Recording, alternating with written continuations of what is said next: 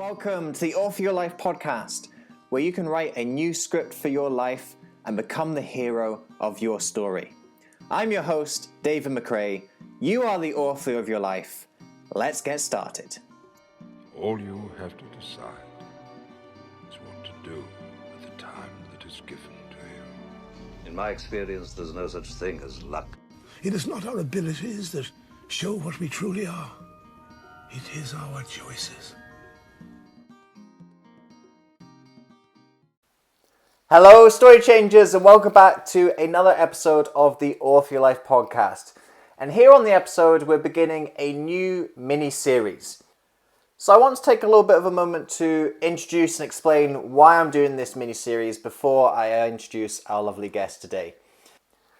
This is going to be a 4-part series which really stems from the attention that was brought into the Black Lives Matter movement with the murder of George Floyd at the end of May of this year. And at the time, with all of the attention and all of the social media noise that was going on about the incident and about the Black Lives Matter movement, I was really struggling at this time to think about how I wanted to input and contribute to this discussion. And as a white person, I felt very conflicted. I didn't want to just speak platitudes, but I didn't want to step over line either. And I think my position was shared by a lot of white supporters who wanted to express their support, but didn't necessarily know how, didn't necessarily know the right thing to say. And for me, one thing I really wanted to stay away from was the jumping on the bandwagon that you see a lot with causes of a variety of descriptions, where social media influencers, they jump on this particular hashtag or this particular post. And so with All for Your Life, I didn't just want to post a black square on social media and decide that that was my virtue signaling complete.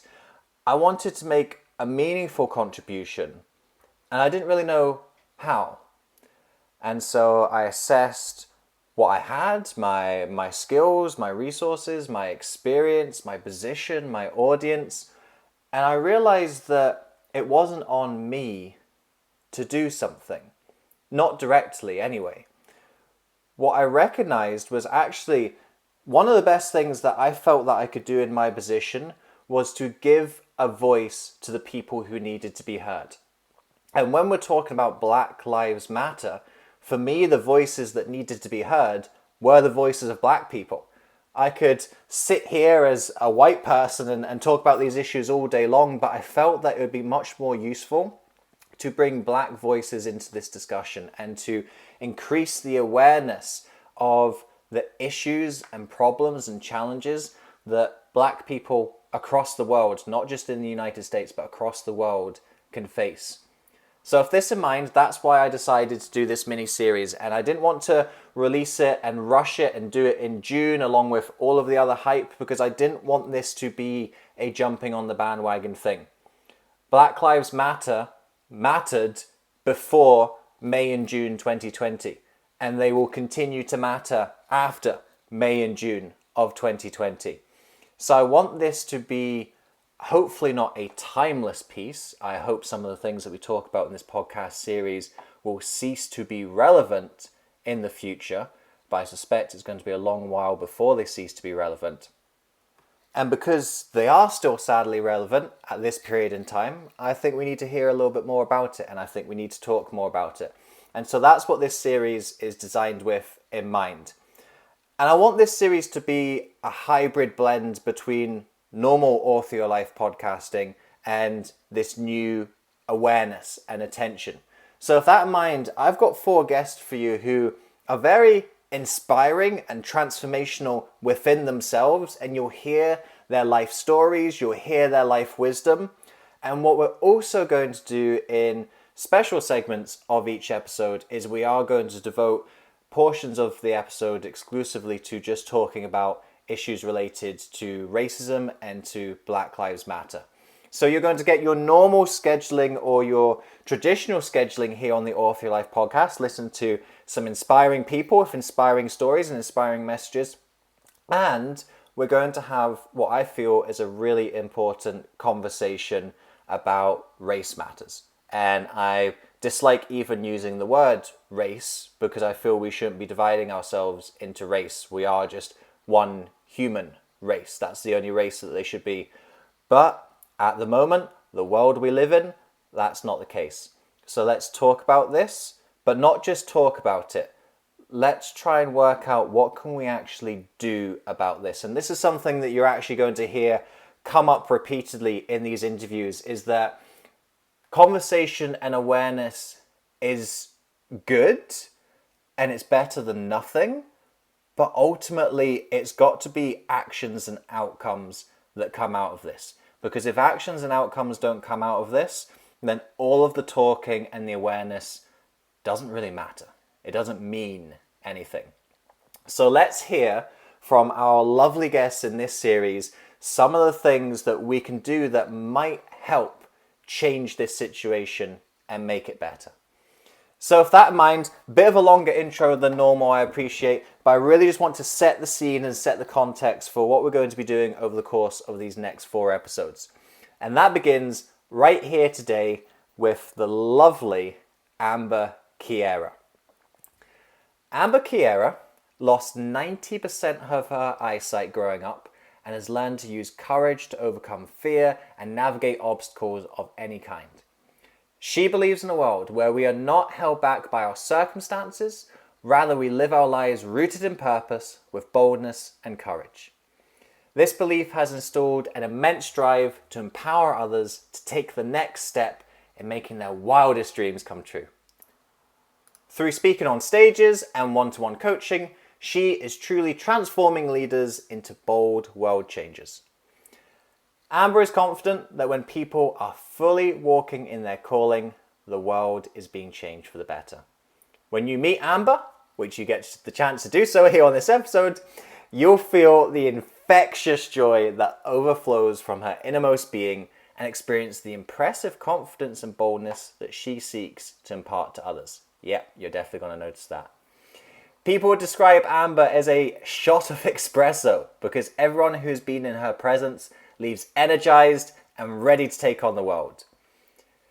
In our interview today, you will learn sometimes you have no choice but to be optimistic. That the power of a story comes from sharing what you're going through now. That it's the small actions that create the big differences. And changing the names of streets does not solve racism. You're going to learn this and so much more in this interview with Amber Kiera. I lost about 90% of my visual field throughout childhood, which left me legally blind with a severe visual disability. And so, through that challenge, through that, rough season of losing my sight and then adapting and then losing more sight and having to adapt again, I've really come to have a knack or a special skill for overcoming challenging obstacles, for overcoming adversity. And if whether you're listening or watching, I'm a Black person. So I'm a woman, I'm Black, and I have a disability. And here in America, which for some can be a privilege, and depending on your race and what season you're in, could feel like a disadvantage depending on how you look at it. So those are kind of the bigger adversities that I'm faced with. And of course, other things that we all deal with as humans, how do we look at ourselves compared to what we're seeing in the world? And so I'm going through life, navigating these obstacles, these circumstances, and just figuring out, okay, if I wake up tomorrow and I have less eyesight than I did today, if I wake up tomorrow, I grew up in South Louisiana, which means I grew up in the South, which the South in America has a very, very, very strong racial tensions. Being Black in the South is probably the hardest place to be Black in America. So and I'm also very dark skinned. So there's still a lot there when it comes to even just the shade of your skin tone being Black.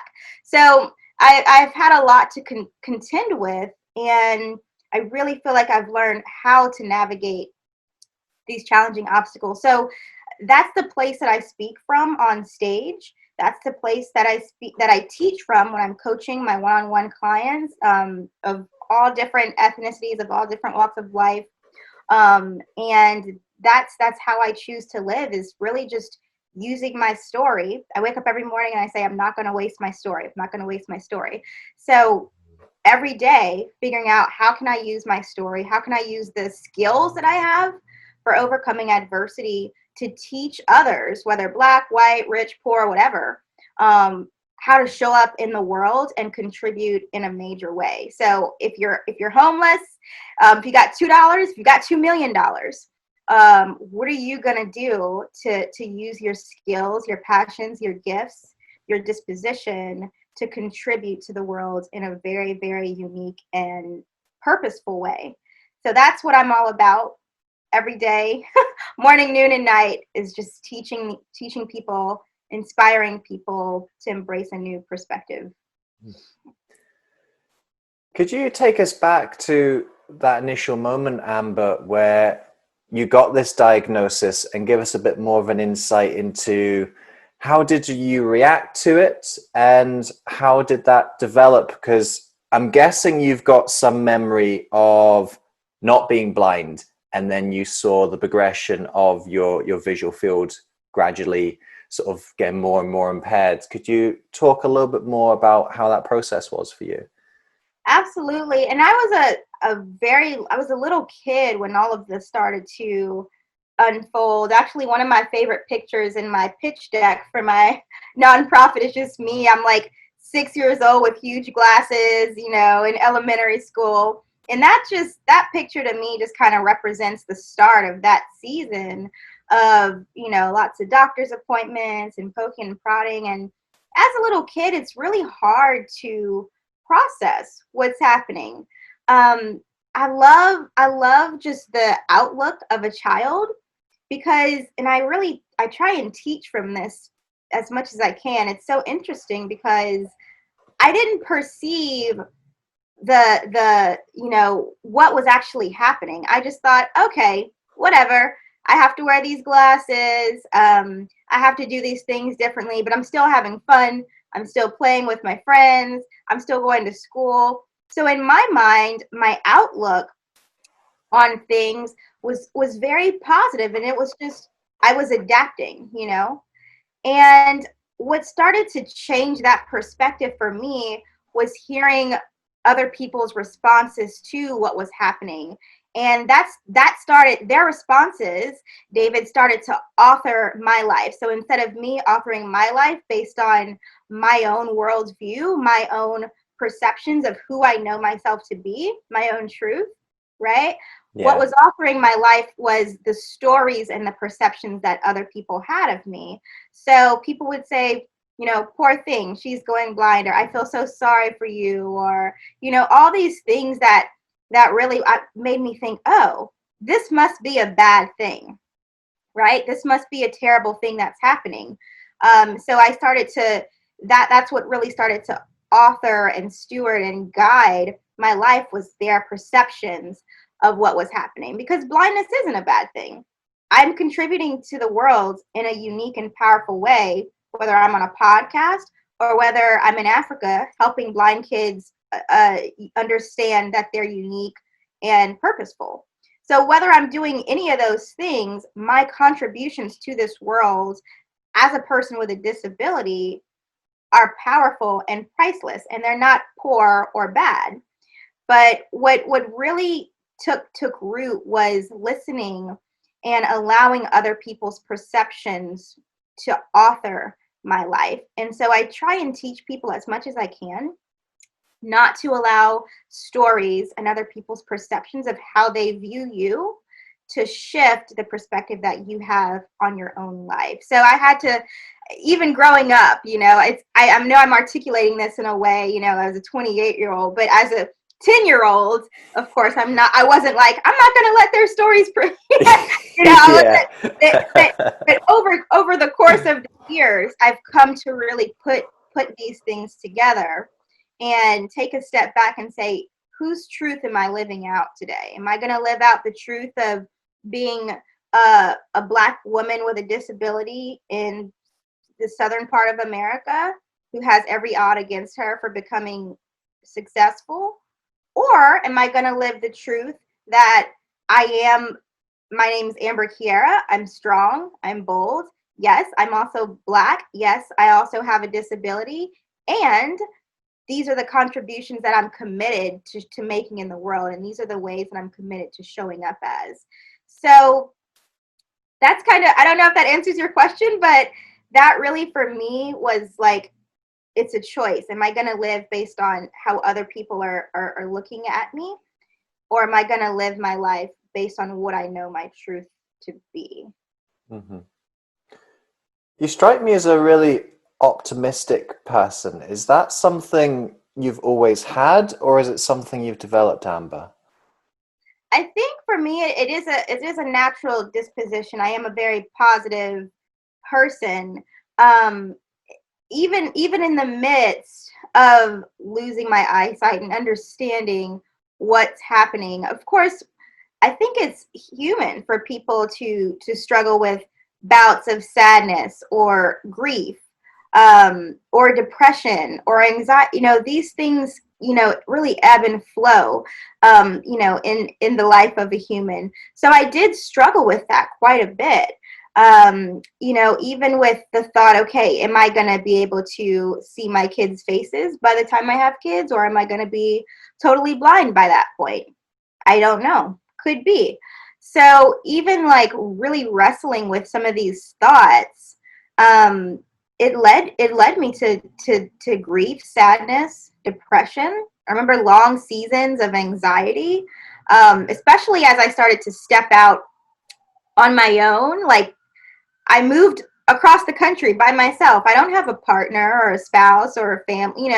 I'm single and I'm moving around the country by myself, stepping into new places that I've never been. So those kinds of things are natural stressors for most people. But then when you add on a visual disability and how to navigate these circumstances, there's layers of anxiety that arise. And I think for me, I just have to keep going back to what truth am I going to live by in this moment? Is the way that I'm showing up in alignment with my truth? So I think my natural disposition of positivity, and kind of glass half full, the way that I am naturally has helped with that. But I don't want to let that overshadow the fact that I have dealt and continue to wrestle with seasons of depression, discouragement, and anxiety. Mm-hmm. I've got a funny story that will lead into question, Amber, and it's a joke at my expense, so don't worry.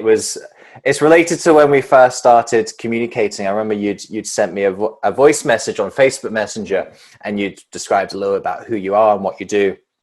And so I'm there typing away a reply, and I must be about 4 sentences into this reply, and I go, wait, Amber's just told me she's blind. What am I doing typing a reply? She's not going to be able to read it. And then you said, no, actually, it's okay. Like, I can read it. Can you describe a little bit about some of the adaptations that you've made? As you said, you're very self-sufficient. You're moving around all over the country. What are some of the adaptations that you've made? And have you learned anything about resourcefulness in making these adaptations? Absolutely. Now, like I said, I run my own speaking and coaching business, and I'm the founder of a nonprofit. So, and I've got, gone through school, undergrad, and, master's degrees and things like that. So I've definitely had to learn to kind of make adaptations and sort of do things in unique ways. But I was just telling someone this the other day. I said, if I had to pick a decade to be blind in, it would probably definitely be 2020, because technology has made things so much easier. Even for me, thinking back on my undergraduate experience in the earlier 2000s, I'm thinking, like, I wish I could have gone to college in this decade as a blind person. Yeah. Even within the last 10 years, there have been so many advances for the way that people with disabilities can access information. And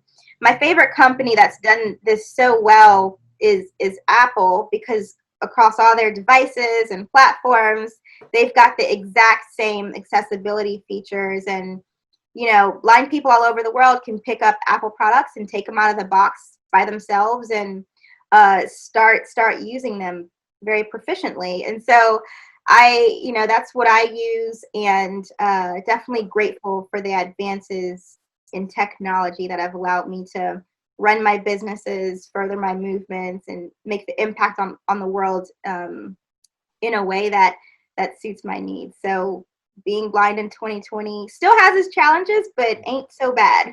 Yeah. Yeah. Can you share with us a little bit more where the speaking and the coaching and the non-profit start to come in? You were talking there about your undergrad experience. Is this something that came to you whilst you were a student? Was it after you graduated? Do you want to tell us a little bit more about the origin stories there? Yeah, absolutely. So I'm actually just started my speaking and coaching business about a year ago.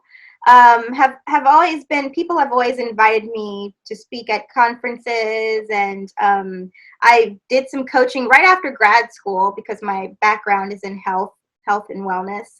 And so really I love the tapestry of life, because kind of a lot of things that you've done in your past start to accumulate and fabric themselves together.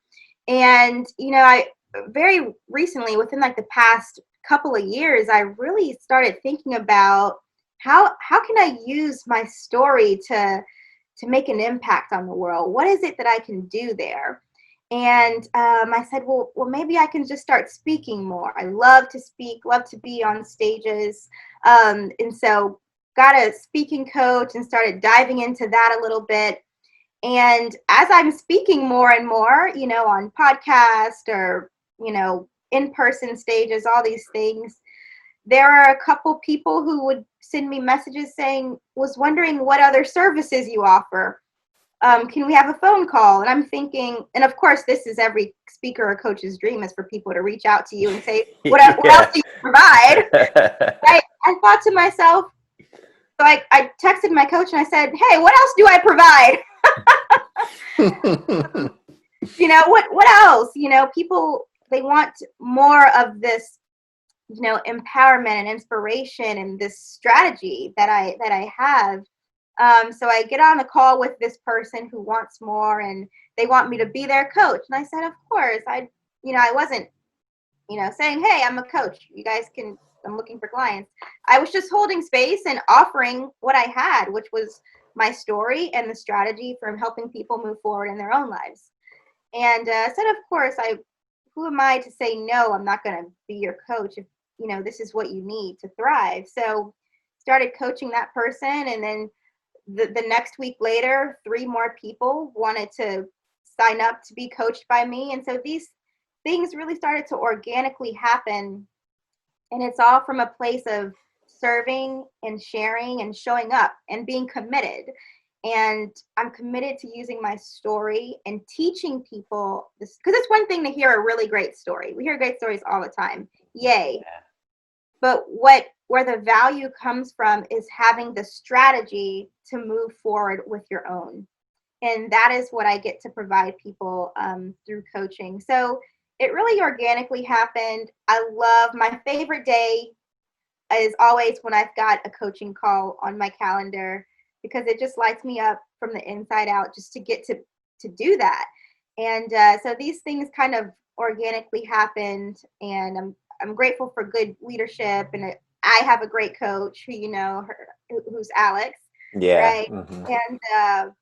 And just I keep showing up, and that's about the size of it.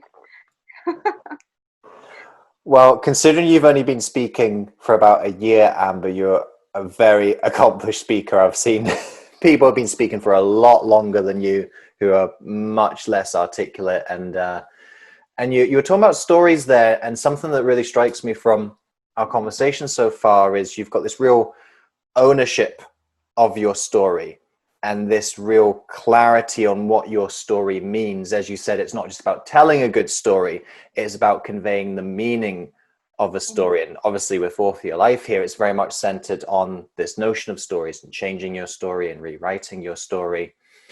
What do you think is the difference between just being able to tell a good story and really being able to give people the meaning from a story? For me, that lies in showing up as my most authentic self. Because I could show up and I could tell a really great story about how I lost my eyesight and how, I was sad and then I overcame, which essentially is the gist of the story, right? But where people are engaged and inspired and moved to action is when I'm saying, you know what? Yeah, I am a positive person, but that story is not just the past. I'm still living in that story. So, 5 days ago, last week, I found myself struggling with sadness over life circumstances. This isn't like, oh, I was sad, now I'm happy and everything, and I'm a speaker and a coach, and now everything's so perfect. I think we kind of get caught up in that as listeners and, the audience. We're like, oh, it's kind of like I don't know, like the Tony Robbins effect. Like you do these things and now everything's awesome. Make your move. Okay, great. And that's not true. That's not true. We're all still humans. No matter what amount of success we have, we're all still humans. We're all still going to struggle with all of these things. And so how can we show up as our most authentic selves, even in my coaching? If I've got a client saying, you know what, there was breakdown last week. I didn't, follow through on some commitments. And I want to say, you know what? I'm struggling with the same thing. I didn't follow through with a commitment myself yesterday. There was a breakdown here. Let me tell you what happened. Let me tell you how I got through. So just being authentic and not really putting on this facade of a past story. People want the live story. They don't, the past is great. It makes for a good story, but tell me what's happening right now. Are you still living in your story? Or are you living in something that makes a good story? So I think for me, there's a difference between the good story and the true story, the now story, the one that's here today. You've been very honest there and placed an emphasis on honesty in sort of being true about when things are bad and when things are struggling. And this is something that I'm sure you have confronted a lot in your life, of having times where you're struggling, where things weren't working out. What do you find yourself doing in those situations, Amber, that helps you to get through those challenges and struggles? Yeah, so I think even right now, with all that's happening in our country here in America, with the racial tensions and injustice, and I think even in this season, for the first time, I'm really realizing what it means to be Black in America. And it's not something that I had necessarily thought a lot about. I did grow up in the South, but kind of like middle class, suburban family, very close knit family. I did experience racism as a child and through my school age years, to a certain degree. But I had never really, as an adult, taken time to consider what is it going to mean to be a Black founder of an organization and go to funders as a Black woman. What is it going to mean to be a Black mom and have Black sons who go to school on their own, or maybe go to the corner store at night to grab a box of candy or a soda? Like, what's it gonna mean to have Black daughters and Black sons? I had never really taken the time or to really consider these things and really feel the real pain of like birthing Black children here in America today. And I think for me, over the past couple of months, taking some time to grieve and saying, yeah, this is good. I'm such a positive person. Yeah. Things like this, like no, this is gonna be hard. This is gonna probably suck. Because I'm looking at like statistics and pictures from the Martin Luther King days, and then comparing them to now, and the pictures still look the exact same. The tears, the hurt, the pain, the deaths, the grief, they mirror each other. And so if they're mirroring each other now, you know, in 5-10 years, when I'm like sending my Black kids to school by themselves, wondering if they're going to make it home, I'm thinking this is hard. Like, this is something I've got to deal with, like, right now. So I think, to answer your question, how do I overcome in those moments, is not by overshadowing it with positivity. You know, oh, it's gonna be fine, we're gonna be great, blah blah blah. But just like sitting with the feelings and saying, this is hard. Like, I can say truly that this is going to be hard. This is difficult. This is painful. I feel pain right now. And being able to vocalize that. When people ask you how you're doing, I got like a million messages from a bunch of like white friends who I've never heard from in like years, which is a whole thing. But how are you doing? And instead of me saying I'm fine, like, no, I'm pissed. I'm angry. Like, this sucks. That's how I'm doing. So sitting with the feelings and really vocalizing them, being, again, going back, am I showing up as my most authentic self? I'm in pain right now. I'm hurt. So not overshadowing things with positivity, because it doesn't last. It's like putting glitter on something. You might have it on there for a few days, but it's going to fade. Sitting with the feelings, vocalizing them, just being real and honest, you know? Race is something that I want to speak a lot about in this interview, Amber. And before I do, there's one last question that I want to ask that's more related to you than a race discussion. It's something you've mentioned a couple of times, and you mentioned it again there, this prospect of uncertainty in the future. And you're thinking, if I have children, will I ever see my children? And this uncertainty over, are you going to lose any of the remaining eyesight that you've got left? Are you going to lose it completely? Mm-hmm. When you've got such a ticking bomb almost in your life, how do you deal with that? How do you deal with that being a real possibility in your future? I think it's like you have two options, you know, kind of like red pill, blue pill kind of thing. It's like, am I going to steward my life, right? Am I going to author my life based on what could be in the future? Or, right, that's like one pill. Or am I going to author my life based on what is happening now?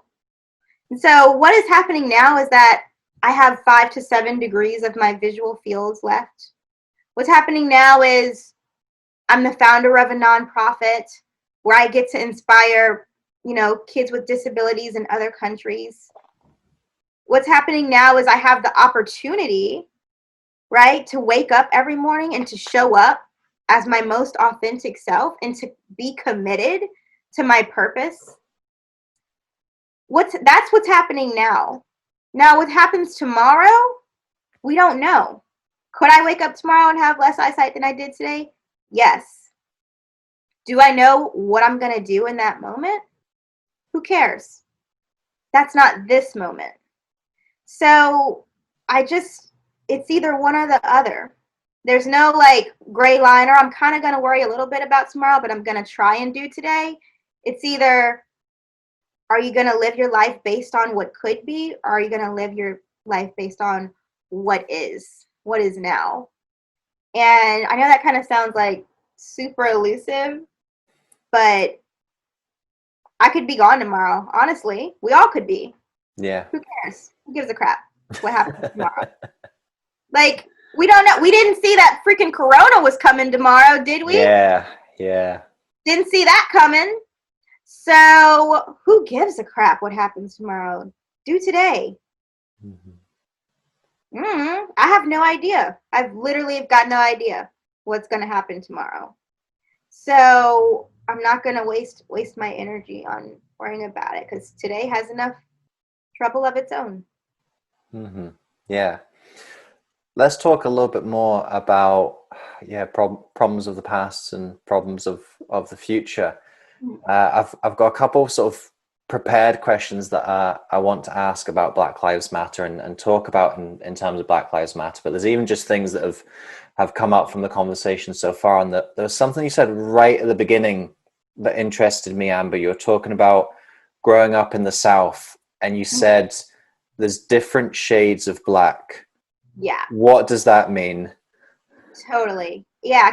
So we've got racism, which is, very clear, like differences between races in the South and in America in general, and other cultures too. I'm coming to realize, not just in the Black culture, in other cultures, you've got what's called colorism, which means different treatment based on the shade or the color, like within your race. So this colorism really stems from slavery times. Okay, so just super baseline history. If you are a lighter skinned Black person, you've got better treatment from the slave master. You can work in the house. You're seen as like cleaner, you're not as dirty, a little bit more, you get treated a lot better. You've got a shot at just a better life overall. The darker your skin is, the less chances you've got. There's an old saying that goes, if you're white, you're all right. If you're brown, stick around. If you're Black, step back. And if you're Black, step back isn't even just in the physical sense, but it's in every single way. Don't speak. Don't be in the way. You're not heard. No one cares about you. You're the worst. You're the darkest. You're the ugliest. You're the dirtiest. You are the meaningless. You're the most worthless one. So that was rooted in the slavery times, but it's still here today. It now is rooted in the Black culture right now, and also just in general. So you've got a group of Black friends hanging out. Some people are lighter skinned, some people are darker. There's still in the air this sense that lighter skin is better. You've got babies being born. People are so anxious. Oh my gosh, are they going to be light skin or are they going to be dark skin? And it's not like dark skin is, inherently worse, but it's just this like awful thing that took root long ago, and that's still alive today. And so just a little example, like I remember going places with my mom as a little kid in the grocery store, and the person checking us out, the cashier, would look at my mom and say, right in front of me, she's pretty for a dark-skinned girl.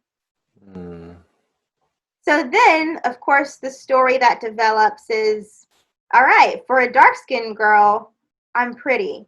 But compared to everyone else, not so much. So even still to this day, I wrestle with being dark-skinned, darker than my cousins, darker than my family members. If I go to an event and there's I live in San Francisco, so more often than not, I'm going to an event for entrepreneurs or whatever, and there's 2 or 3 Black people. So I'm it's an automatic, oh my gosh, if she's lighter skinned than me, she's prettier. More people are gonna like her than me. So even though this was years and years ago, this is still something that I personally have to wrestle with in my own self. And it's just something that's still alive today. And it sucks. I don't think we would, if it wasn't for that classist system set up in slavery times, I really don't think it would be as big as it is within our own culture in Black America. So it's sad that this terrible thing happened to us, right, as a race. And then also we've got ways that we put each other down within our race based on something that happened to us. Mm-hmm. There was something else that you were talking about, Amber, and you're talking about looking back at the Martin Luther King days and seeing the similarities between now and then, and it's almost as if the past is repeating itself. And I think there's something that's quite pertinent in terms of me and you, in terms of our age. You're 28. I'm just about to turn 28. So we came into the world at the time of the Rodney King trial, the LA riots, and recently with George Floyd, I've been looking at those two and the really obvious parallels between Rodney King and George Floyd of police brutality, both caught on camera. The officers for Rodney King got away with it, and that's what caused the riots. And it looks like justice will be served to these officers who murdered George Floyd. You know, fingers crossed and everything. We don't know yet. And it just seems to me that that's been 28 years that you and me have been on this earth, and the same shit is still happening. It's like nothing has changed.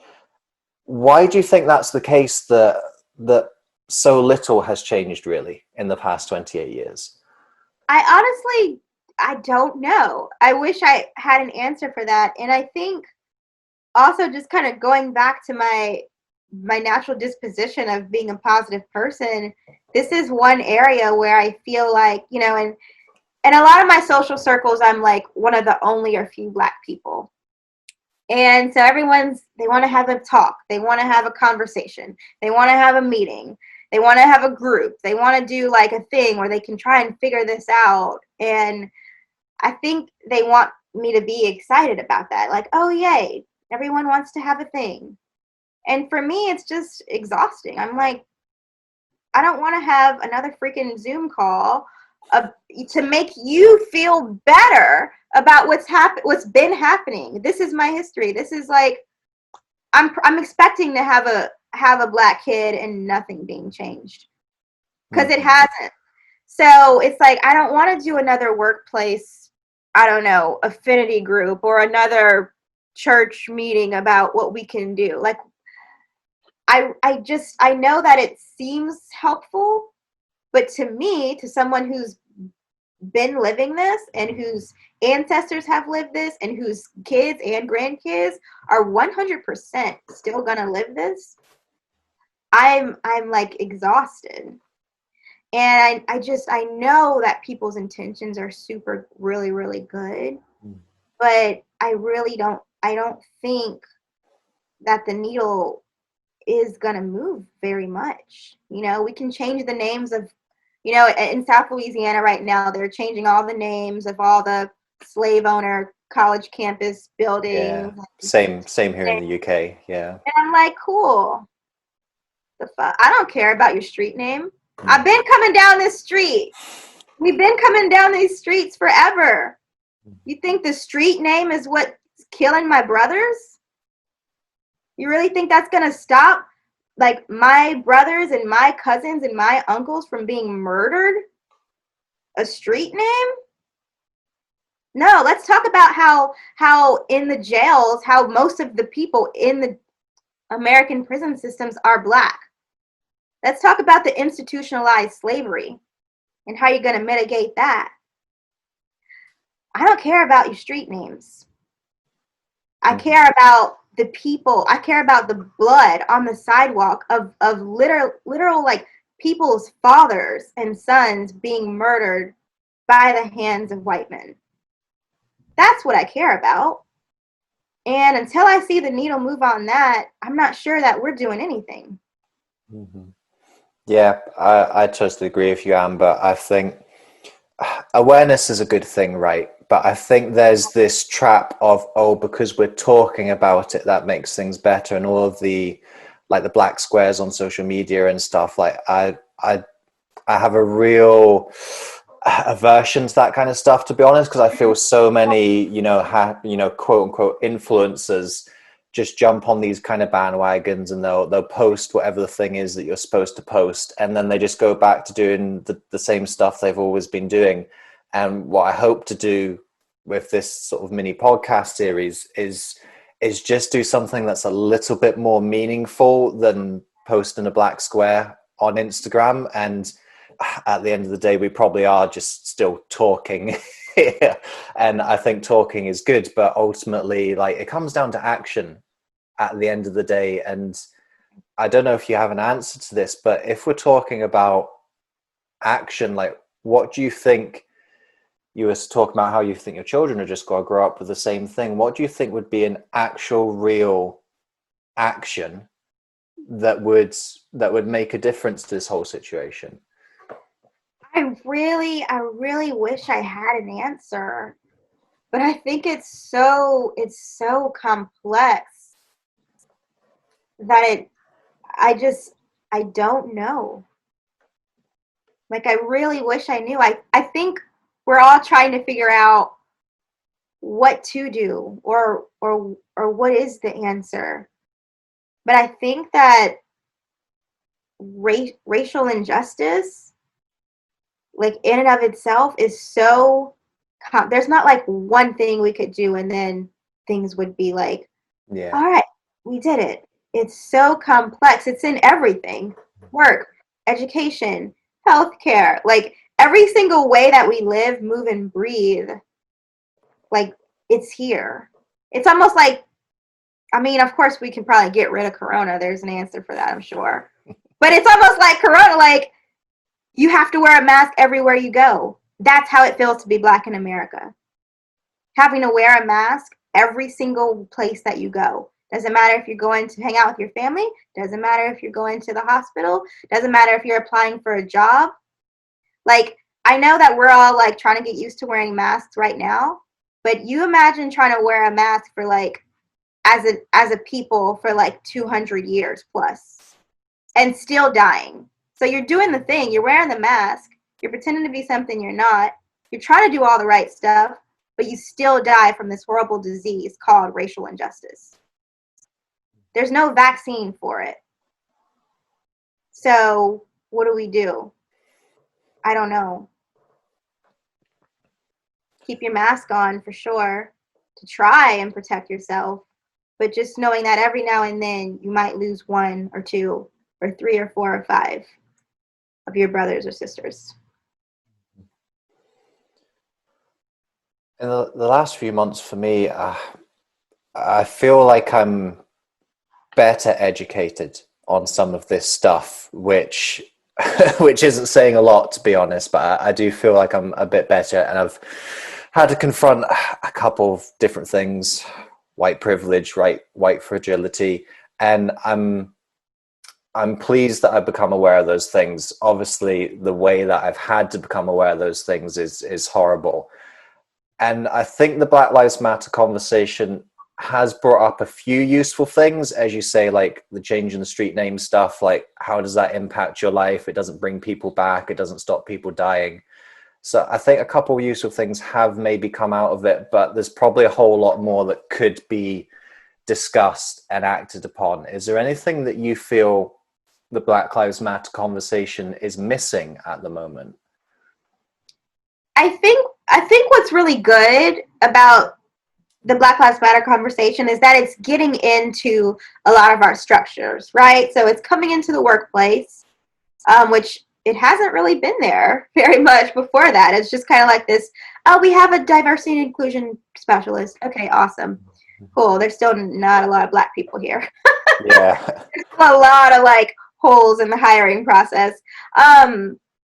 So it's coming into the workplace, it's coming into our school system, it's coming into our government.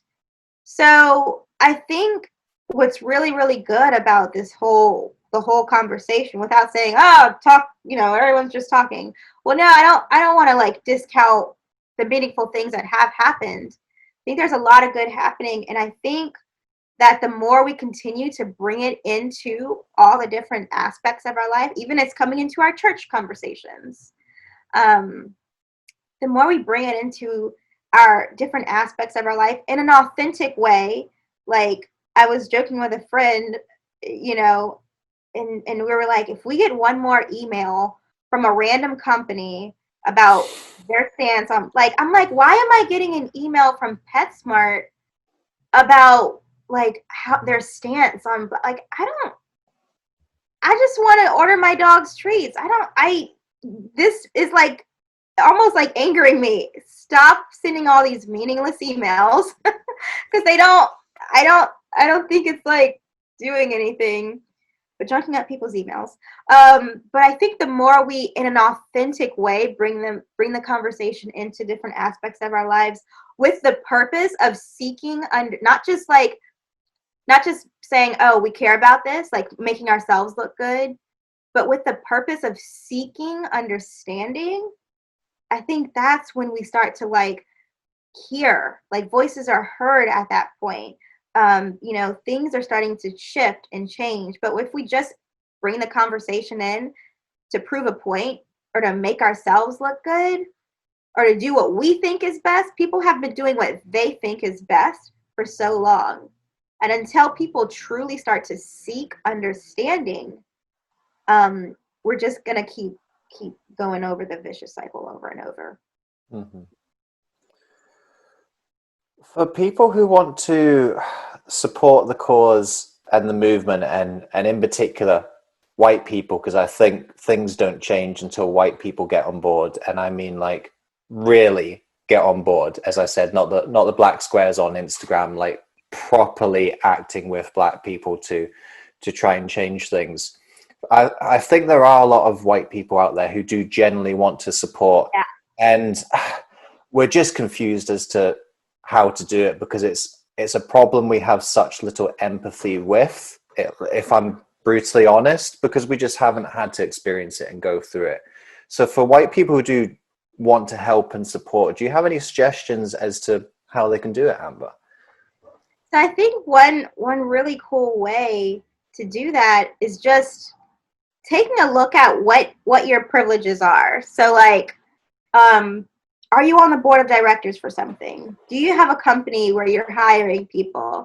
You know, finding out like what your place is in different communities that you're a part of, and figuring out how can I invite more Black people into this, because you can read books and watch lessons and all these things, but until you're really able to like walk alongside someone and share your power with someone, that's really like, that's where you get the understanding and you can really start to create that change. So I think one really cool way for people to do that is to, what's one way I can share my power or share my privilege? Is that by like, can we bring on more people onto our board of directors who are Black? Can we bring more Black people into leadership positions at our organizations who can sit at the table and like help us to understand how we can grow as a company? So I think finding ways where we can bring more Black people into these positions is key. I know it's sharing power is hard, right? It's like, oh, let's just bring some more Black people on, you know, into the company at all these random positions. But the people who are making decisions, the people who are leading, if they're all still white, like we're still just kind of doing the same things. So I really think sharing power, sharing privilege, and really like learning by having more Black people at these tables is going to be a huge game changer. That's my thought. I don't know. Mm-hmm.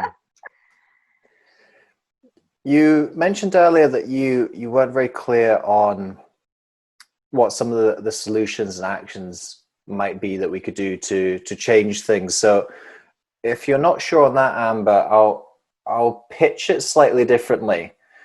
If we fast forward to a year from now, and let's hope coronavirus is gone for one thing a year from now, that would be one less problem on the table. If we are a year from now and you look back at racial progress in those 12 months, what kind of things would you like to be looking back on and saying, oh, that's something that has actually changed since the Black Lives Matter movement sort of gained so much attention last year? I definitely would, like I said, love to see more Black people in leadership positions. Reform in the, I don't know if this could happen in a year, but starting to have reform in the judicial system, um, like in all areas, and reform in the way that police are able to treat people. So I think again, it seems so complex and hard, and I don't think I just am not an expert in how does the police system work? How does the judicial system work? Like, I don't know, but I would love to see reform in those areas, not just to protect Black people, but for all people to feel like safe and heard. And yeah, I mean, I worry all the time, like if my brother had like an actual problem and needed to call the police, like I bet he wouldn't. I see people out in front of my house all the time, like Black dudes being like treated poorly by the police, when, you know, my white roommates can walk up to a police officer without fear, and same issue, and have a completely different experience. I don't know if that can change in a year, but I would love it to.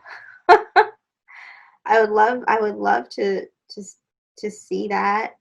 I just don't know how. Mm-hmm.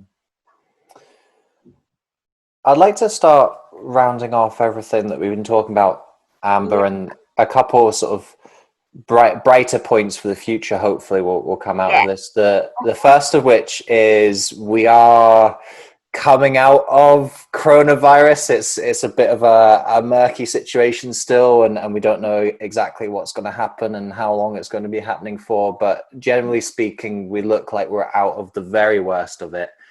As you look ahead for the rest of the year, what kind of things are you planning on doing? Do you have any exciting projects or things lined up? Yeah, well, I'm really diving into my nonprofit, and I'm so sorry I barely touched on that. But we're just having Tell us more about it now. Here's your opportunity. Yeah, absolutely. So I grew up in the church, and you know, my faith is super important to me. But one thing about that is having a disability in the realm of faith is very tricky, because a lot of people just a lot of people have a lot of like things that aren't true about people with disabilities, that they think maybe that you're still disabled because you've sinned, or you're a curse, or you don't have enough faith, that's why you have a disability. And so church really just isn't an accessible place for people with disabilities. And so one thing that I'm working on through our nonprofit called Kingdom Eyes, which our mission is to empower people with disabilities to see themselves as God sees them, as a blessing and not a burden. And so we want to start offering our disability awareness consulting services to churches and other faith-based organizations to really help move the needle on making church and our faith more accessible for people with disabilities. And not just in a way where it's like, okay, more people with disabilities are going to church, but in a way where we can cultivate these communities to be social structures of empowerment.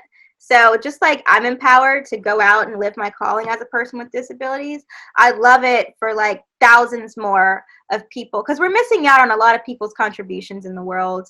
And so I would love it for more people with disabilities to be in communities of structures that are empowering them to step out into whatever their calling and their purpose is. So I'm doing that by really going into these churches and faith-based orgs and teaching them the truth about how God sees people with disabilities, and also the strategy for how they can make their community more inclusive and welcoming and empowering for people with disabilities.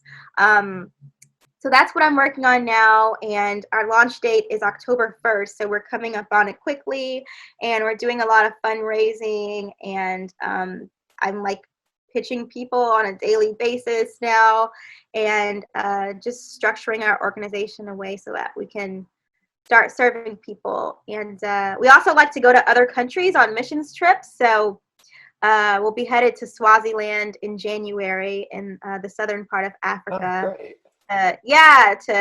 To help out a school with disabilities there. So we're just really excited, and we want to make the world a brighter place. So you guys can check it out at kingdomized.org, and support us and show us some love. Sounds great. There's one last question I would like to round off on, Amber, and actually it's not my question. So I've been asking the questions throughout this conversation today, but I want to give the very last question to you. Is there a question that you would like to ask our audience today, or you think the audience should be asking themselves?